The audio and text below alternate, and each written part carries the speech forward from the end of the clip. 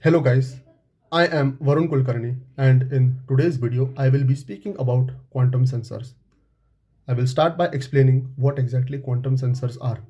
Quantum sensors are sensors which operate on the principles of quantum mechanics in order to detect physical quantities with extreme precision.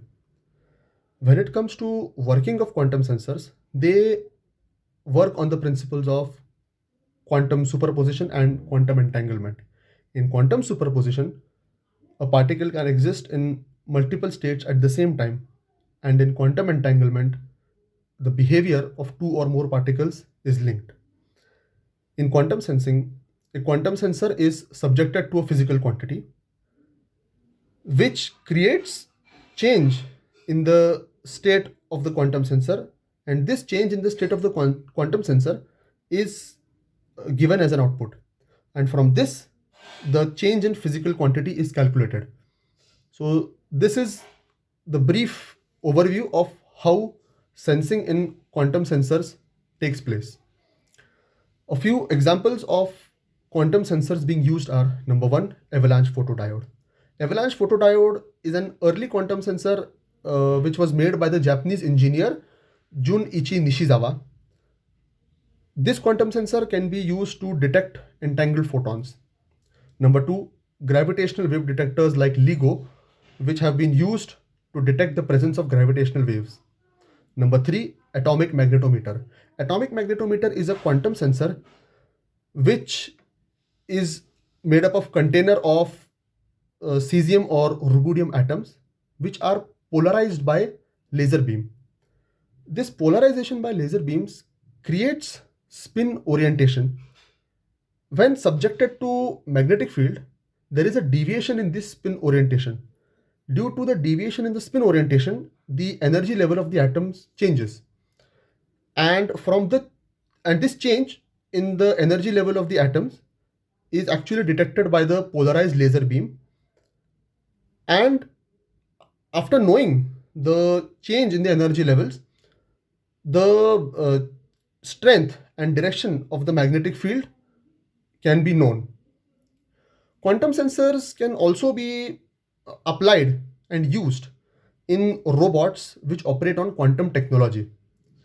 This is overall a different field called as quantum machine learning. It consists of concepts like quantum neural networks and quantum learning theory. I will be making another video explaining quantum machine learning. Quantum sensors are different from classical sensors in the way they work. Where classical sensors operate on the principles of classical physics, quantum sensors operate on the principles of quantum mechanics. Quantum sensors are better than classical sensors in a way that they are able to detect change in physical quantities with extreme precision. Classical sensors cannot detect change in physical quantity with such amount of precision. Another advantage of using quantum sensors is that quantum sensors can also work really well in isolation. But at the same time, classical sensors are better than quantum sensors in some way. Classical sensors are cheaper, they have more lifetime than quantum sensors. Classical sensors need less maintenance than quantum sensors. Classical sensors can also be primarily used in case of large signals, and this is helpful in techniques like imaging, where quantum sensors don't do that well. But in present times, there is a lot of research and development going on in quantum sensors.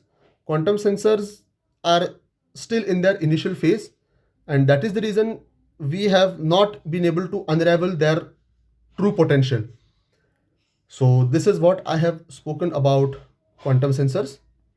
If you have liked this video, do give a thumbs up, comment, share the video, and do subscribe to my YouTube channel.